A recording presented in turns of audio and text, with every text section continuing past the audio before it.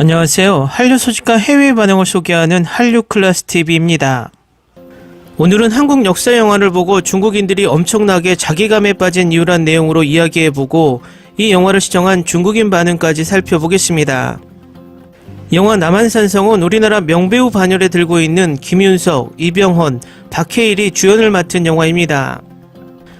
이 영화의 배경은 1636년 인조 14년 병자호란, 청해 대군이 공격해오자 임금과 조정은 적을 피해 남한산성으로 숨어듭니다. 추위와 굶주림, 절대적인 군사적 열세 속 청군에 완전히 포위된 상황, 대신들의 의견 또한 첨예하게 맞섭니다. 순간의 치욕을 견디고 나라와 백성을 지켜야 한다는 이조판서 최명길과 청의 치욕스러운 공격을 끝까지 맞서 싸워 대의를 지켜야 한다는 예조판서 김상원, 그 사이에서 인조의 범민은 깊어집니다. 청의 무리한 요구와 압박은 더욱 거세지는데 나아갈 곳도 물러설 곳도 없는 고립무원의 남한산성, 나라의 운명이 그곳에 갇히게 되는 배경의 영화입니다. 우리나라 역사에서는 이 사건을 삼전도의 굴욕이라고 부릅니다. 인조는 남한산성에서 항전을 계속하지만 결국 청나라에 항복하게 됩니다. 이에 인조는 1637년 1월 30일 삼전도로 나아가 청태종 앞에 무릎을 꿇고 항복을 하게 됩니다. 그 결과 많은 신하들과 왕자들이 인질로 붙잡혀가게 되었고 대청 황제의 공덕을 기리는 삼전도비를 세우게 됩니다. 그런데 이 영화를 본 중국인들의 댓글을 보면 자신들의 승리의 역사라고 생각하지 않아서 의외였습니다. 일단 이 영화 클립 영상을 올려놓은 중국 유튜브라 불리는 비리비리에 달린 중국인들의 댓글 반응을 보시겠습니다. 무엇보다 중국 고대 전쟁 영화의 군대는 항상 살기 있는 모습이 부족하고 갑옷 하나하나가 밝고 아름다워 사람들이 그들이 단순히 나들이를 위해 전쟁에 왔다는 의심을 갖게 합니다. 중국이 한국에서 배울 수 있기를 진심으로 바랍니다. 이 영화 속의 청태종은 진짜 제왕처럼 보인다. 실제 청태종은 뚱뚱하지만 말이야. 명나라의 교훈은 부패한 관료 집단이 위로는 황제를 통제하고 아래로는 백성을 착취하는 것이 어떻게 제국을 멸망시킬 수 있는지를 알려주었다는 것이다. 황제는 바뀌었지만 이 성리학 관료 집단은 여전히 지배계층의 하나로 청산되지 않았다. 청나라의 교훈은 사상 개방이 진보를 이끄는 반면에 사상 독재는 반드시 낙후된다는 것이다. 중국은 개방을 유지하고 시종 진보하기를 바란다. 당시 한족들은 조선인들보다 훨씬 비참했다. 수천만 명이 머리를 깎고 복식을 바꿔야 했다. 조선인들은 어쨌든 자신들의 의관을 지켰다. 명나라든 청나라든 중국이 세계 문명에 뒤처지는 건 필연적이다. 명나라 중기부터 대항해를 포기했고 운명이 정해졌다. 중국은 여전히 지주계급이 정권을 잡는 이상 반드시 뒤처져 다른 나라에 굴복하는 형국이다. 계급 갈등은 항상 민족 갈등보다 더 크다. 매번 청나라를 언급할 때마다 만주족 동포들을 욕하는 사람들은 고의적으로 이간질하려고 하는지 진짜 의심스럽다. 돈을 받고 일하는 거냐? 진짜 역겹다.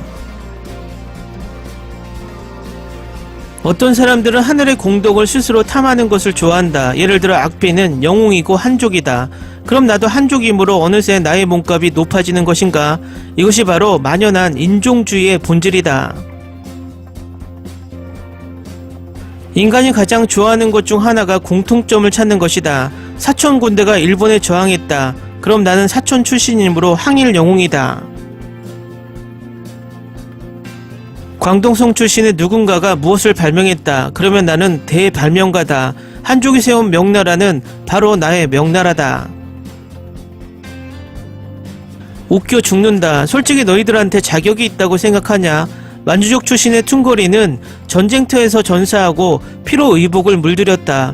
너희들은 원청이 중국이 아니라고 말할 자격이 있냐? 강자는 미래를 갈망하고 약자는 과거를 회상한다. 그러면 역사를 배우지 말고 미래사를 배우지 그래?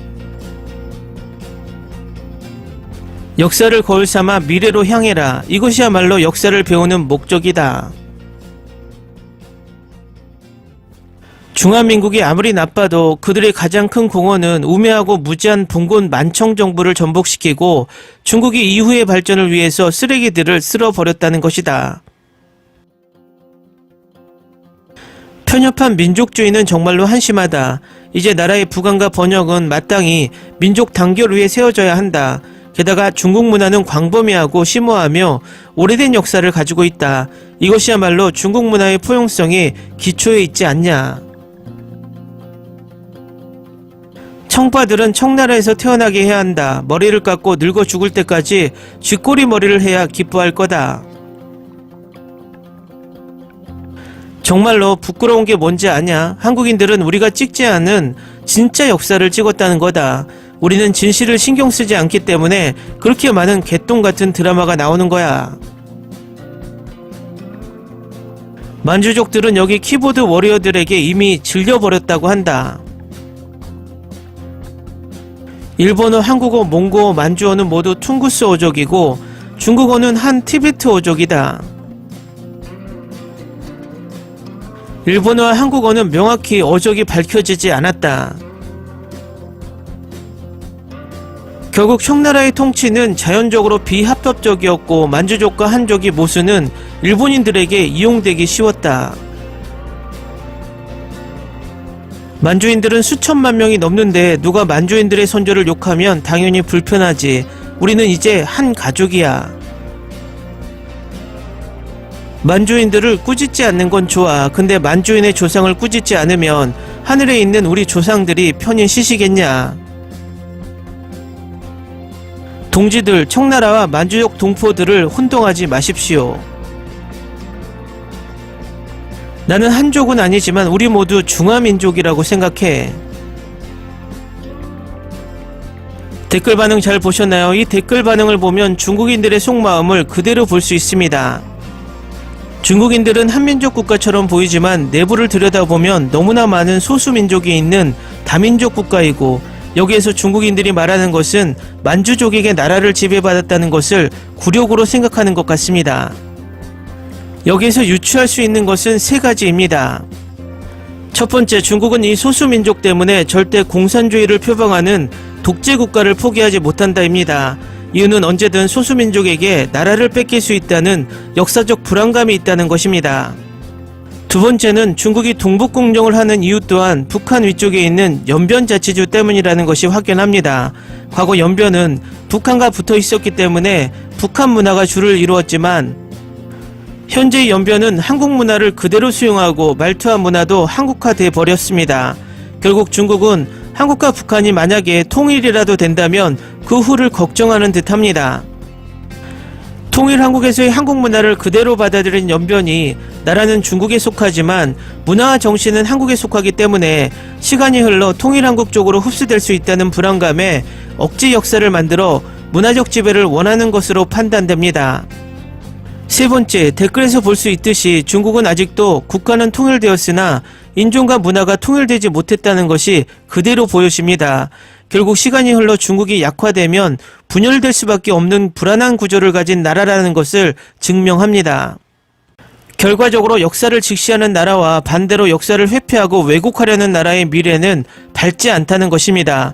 그 불안함이 위에 중국인 댓글에 보인다는 것입니다.